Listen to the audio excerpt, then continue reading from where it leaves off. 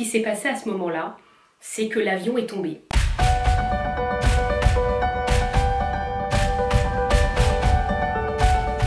Hello, dégaine du matin avec les chaussons.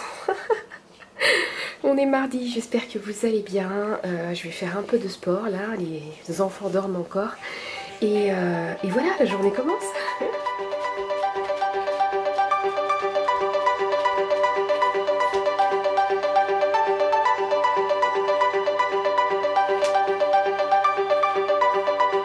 Là, ils expliquent l'exercice que je suis censée faire et que je ne ferai pas parce qu'en fait, c'est le genre d'exercice qui me fait super mal au cou.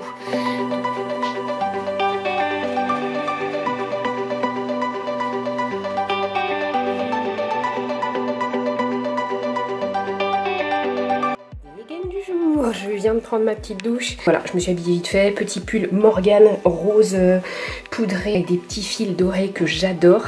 J'adore les manches. Et un petit jean salsa qui te fait un petit corps d'ODS. Voilà.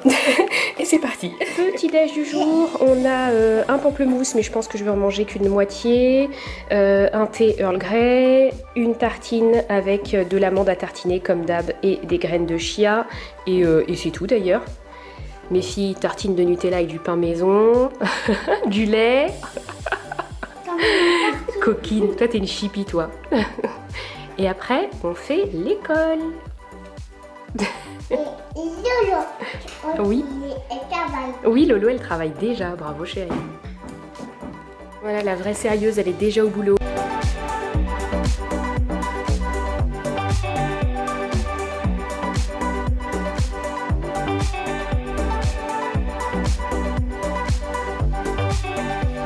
Imaginez bien que la quiche est une bombe calorique entre la pâte feuilletée qui est bourrée de beurre et la crème fraîche. Voilà, c'est tout simplement pas possible. Donc elles sont habituées, je ne fais jamais de quiche avec des pâtes feuilletées ou avec de la crème fraîche. Donc du coup, chez nous, la quiche c'est avec des yaourts nature et sans pâte. Voilà, tout simplement. Donc je ne vais pas vous mentir, ça n'a pas du tout le même, enfin pas du tout, ça n'a pas le même goût qu'une quiche pleine de beurre et de crème, hein, mais ça s'en rapproche. C'est bon pour la santé de toute la famille, c'est bon pour mon poids et pour ma cellulite. Donc du coup, j'ai décidé de vous partager la recette en espérant que voilà, vous la tenterez peut-être chez vous et qu'elle vous plaira. Donc je vais commencer tout simplement par mettre mes 2 yaourts nature dans mon saladier. Ensuite, je vais mettre mes 3 œufs. Oui, on va manger une quiche.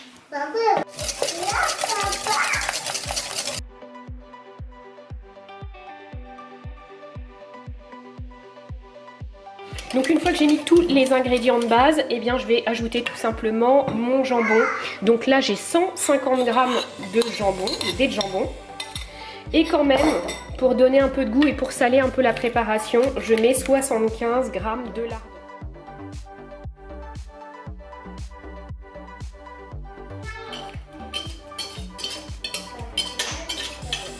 Et donc là, j'enfourne à 180 degrés pendant 30 minutes. Et voilà, la quiche sans pâte est prête. Donc vous voyez que ça fait une petite épaisseur en moins. C'est un peu moins bourratif forcément qu'une quiche classique. Donc je vous laisserai goûter et juger par vous-même. Ah, la tradition du vlog. M'installer pour discuter avec vous.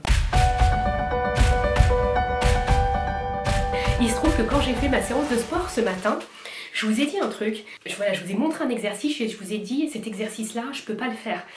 Et je me suis dit, mais il faut que je leur explique pourquoi. Et c'est là que je me suis dit, tu vas faire une vidéo story time aujourd'hui. Bon, très sincèrement, je n'aime pas les vidéos story time. Habituellement, je ne les regarde jamais. Donc ça me fait rire aujourd'hui d'être en face de vous et de vous dire, ouais, je vais vous faire une vidéo story time alors que je déteste ça. À l'âge de 16 ans, mes parents ont voulu me faire plaisir et m'ont envoyé aux Antilles. Donc je suis partie pour la première fois toute seule aux Antilles. J'ai pris l'avion, je suis allée chez mon grand-père et je suis partie 1 mois et demi là-bas. J'étais avec ma cousine, on n'a pas voyagé ensemble, mais toujours est-il qu'on s'est retrouvés là-bas et on a passé des super vacances toutes les deux.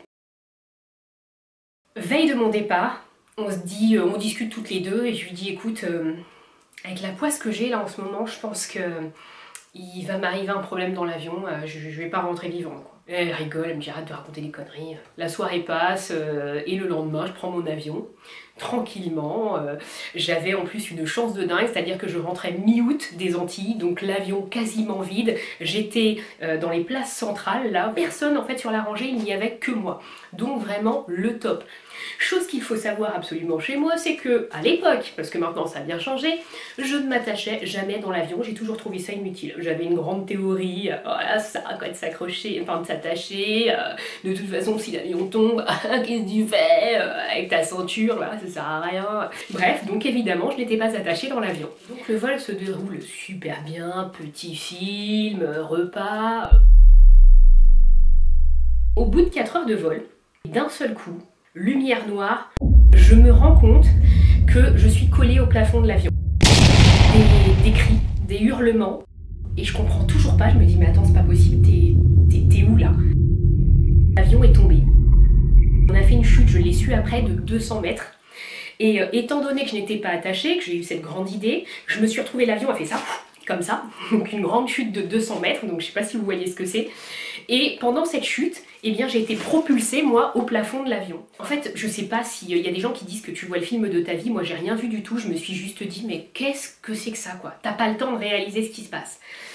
Je sais pas combien de temps après, l'avion en fait arrête de chuter, donc on arrive, ça fait un truc comme ça, vous voyez, et je me retrouve propulsée au sol, je sais pas combien de mètres plus loin. J'ai la chance d'atterrir dans un couloir et non pas sur des sièges, parce que croyez-moi, il y en a qui ont atterri sur des accoudoirs qui se sont fait très mal en atterrissant. On ne sait pas si c'est fini ou pas, tout le monde crie, tout le monde hurle, les masques à oxygène tombent de partout, tu comprends rien, il n'y a plus de lumière, ça clignote dans l'avion, et l'avion qui commence à chuter, après cela, de cette façon-là. C'est le moment où vraiment je réalise et le moment où je panique. Donc je me retrouve à ramper sur le sol et à essayer de chercher une place pour m'asseoir. Le seul truc, c'est que le sol de l'avion est jonché de tous les trucs que les gens avaient sur leur siège, dans les comment ça s'appelle, c'est pas la soute là, dans les casiers qu'il y a au-dessus des sièges. Et en plus, je vois quasiment rien, il y a la panique, il y a les cris, il y a les pleurs, et du coup, je suis super stressée, mais j'arrive tant bien que mal à me hisser à une place et à fermer ma ceinture de sécurité, mais tout en tremblant, j'avais les mains, je vous assure, mais je me suis dit, mais comment tu peux mettre autant de temps à boucler une putain de ceinture? Je me suis retrouvée à côté d'une dame d'un certain âge qui s'était fait très mal. Et on se parle pas, à ce moment-là, on se parle pas, on est juste agrippés à nos sièges et on attend quoi. Qu'est-ce que vous voulez faire d'autre? Et là, je regarde quand même autour de moi. Rapidement, je vois que les gens ont le masque à oxygène, moi je l'ai pas, parce que j'étais en train de me dépatouiller pour essayer d'aller m'asseoir. Les gens ont leur masque à oxygène, ils ont enfilé leur gilet de sauvetage. Alors là, vous vous dites que quand même, écoutez les consignes de sécurité du début, vous savez les trucs où ils vous font des petits gestes, là moi je trouve ça super sympa, ça m'amuse et tout, mais en fait c'est pas si drôle que ça parce que en cas de situation comme la mienne, je peux vous assurer que vous regrettez amèrement de ne rien avoir écouté. Le gilet de sauvetage, je le dis au cas où, c'est jamais, se gonfle en dehors de l'appareil parce que tous les gens qui ont gonflé leur gilet de sauvetage dans l'avion se sont retrouvés coincés comme ça entre leur siège et le siège avant. Les personnes qui étaient côté couloir, donc sur la rangée côté hublot, mais qui avaient le côté couloir, avaient quasiment toutes, en tout cas je pense toutes celles qui n'étaient pas attachées, des blessures au visage. Donc souvent au niveau de l'arête du nez, du front, parce qu'elles n'étaient pas attachées, donc du coup elles ont tapé en fait la partie où on met les bagages, vous savez, elles se sont pris le nez ou la tête dedans. Donc je vois des gens en sang à côté de moi, des gens qui crient, qui pleurent et tout, qui prient. Et là je me dis mais voilà c'est fini. Et à ce moment-là, il y a un mec qui se lève. Donc je pense que tout le monde prie intérieurement, mais à ce moment-là, il y a un mec qui se lève et qui crie « Le Seigneur va nous aider !» Et là, j'ai cru qu'il allait se faire lyncher, parce qu'en fait, ça a créé encore plus de panique et de cris. Pour beaucoup de personnes, ça a été synonyme de « c'est la fin » quoi. J'ai l'impression que ça dure une éternité. Je regarde derrière moi et là, je vois une hôtesse de l'air au sol, qui bouge plus. Il y avait également un monsieur d'un certain âge qui lui aussi s'était fait très mal et qui était allongé au sol. Je sais pas en fait dans quel état étaient ces gens-là, de toute façon plus personne ne se levait après.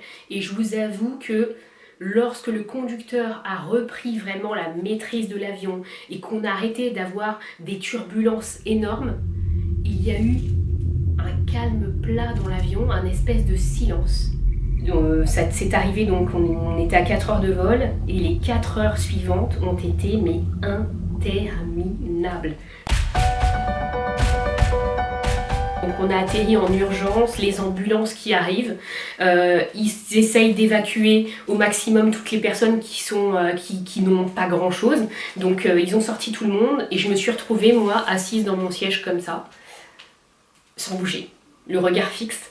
Et à ce moment-là, je m'en souviendrai toujours, il y a un type qui arrive et qui se met devant moi comme ça, qui se penche et qui me dit mademoiselle.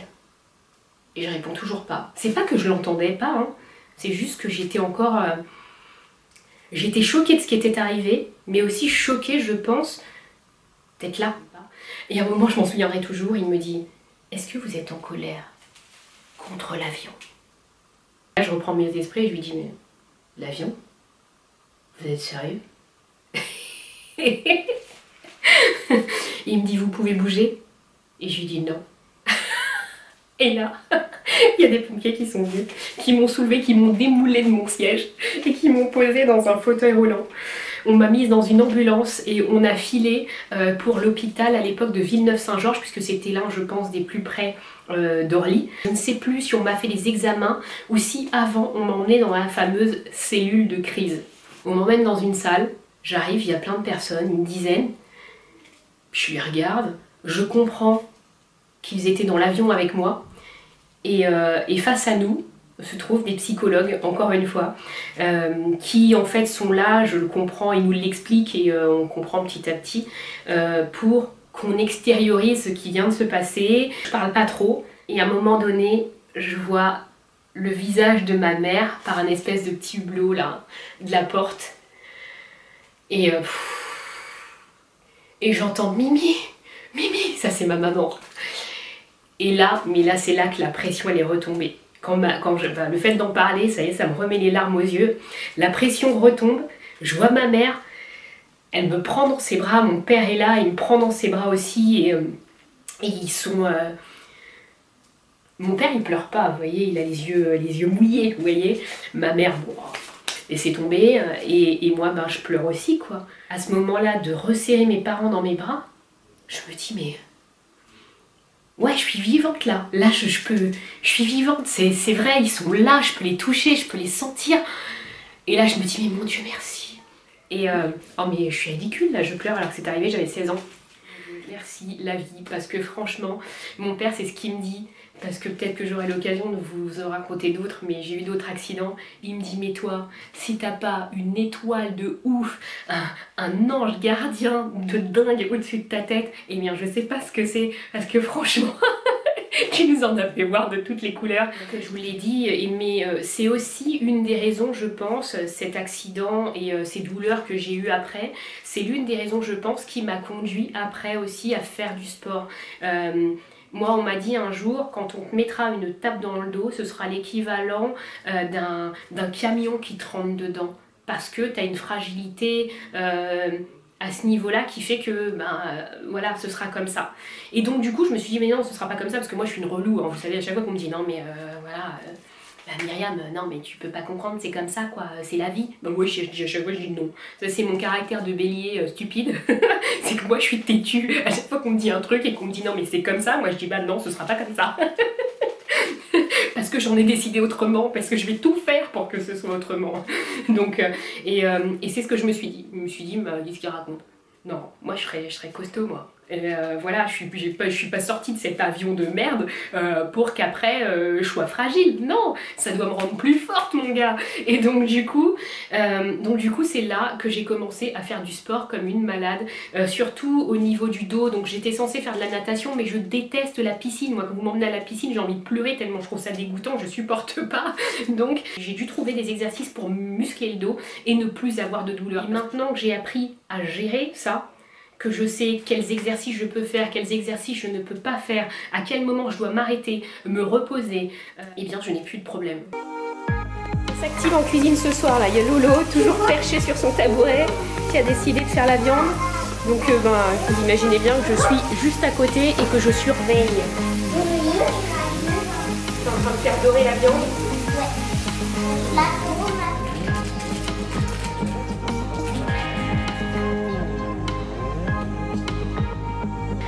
Dans les prochaines vidéos, normalement, je devrais m'occuper des cheveux de cette demoiselle parce que là, ce que vous voyez là, c'est emmêlé. Il y a également une vidéo FAQ en préparation. J'ai demandé sur Instagram si vous aviez des questions à me poser, quel que soit le domaine, leur nature, etc.